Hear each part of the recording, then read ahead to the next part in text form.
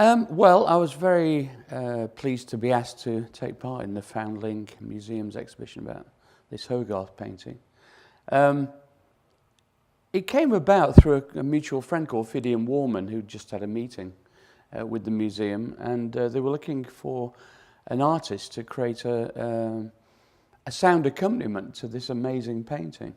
And Fidian said, I know the man for the job. It's quite a niche job, and that's how I got the job, really.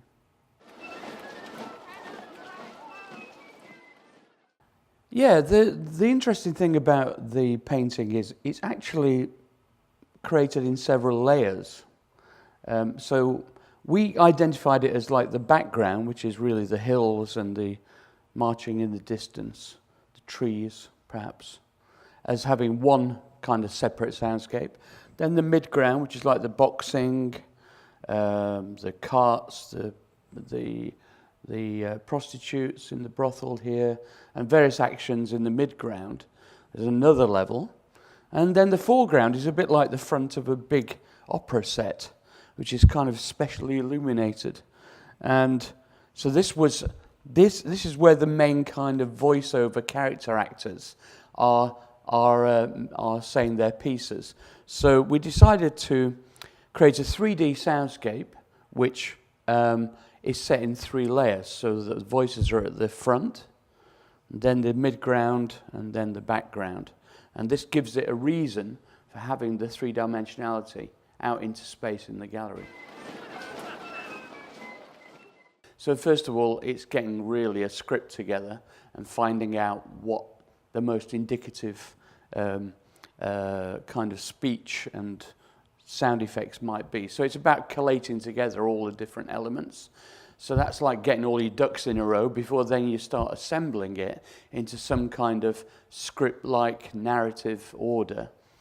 And then the final part of it is making it all sound good, of course, but also placing it in space, which we did using our proprietary special system called 3D Audioscape. And when you're actually sat in the gallery here, you can truly feel yourself immersed in the 3-dimensionality of the painting.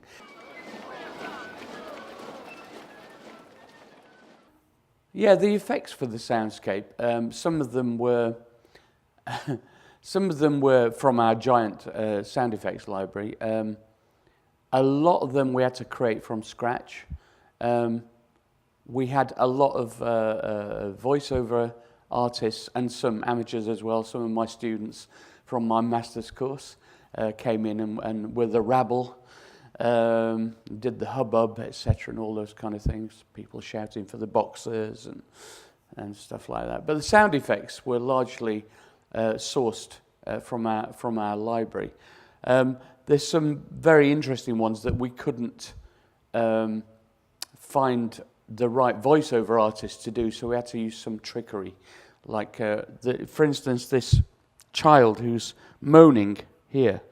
We didn't have any children on hand, actors, to do the part. So what we did was, for instance, I did the moaning, and then we changed the pitch of the moaning into the timbre of a child. And it sounds incredible. I think it should be award-winning, actually. And we did several things like that. I mean, I'm actually like the Hitchcockian character in this particular, if it was a film. I appear in various places as a drunk, which is quite appropriate, and in the background occasionally as well. But there's a lot of action, so we needed a lot of voices. Well, we had Jacqueline in the studio with us to make sure that the accents were as authentic as possible. And actually the dialogue was in the language of the time. There's nothing worse than historical films or radio plays or documentaries where they don't pay attention to that and it comes across as very inauthentic and a bit hokey. So we're very careful about that. And I would love you all the day. Then you've got to get the tone of voice right. So there are various things that are kind of indicative of contemporary kind of sounds, which you've got to make sure you don't put in there, like rising inflections, stuff. It's got to sound authentically from the period.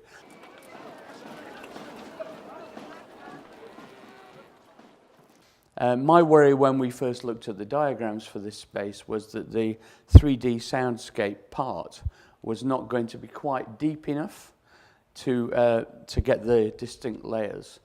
And I'm pleased to say that I think we achieved quite a fantastic result. I think if you come down and hear the result, it really feels like you're inside the painting.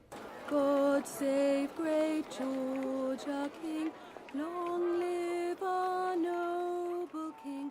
God. We think this is one of the best sounding soundscapes that we've ever created in 20 years that we've been doing this.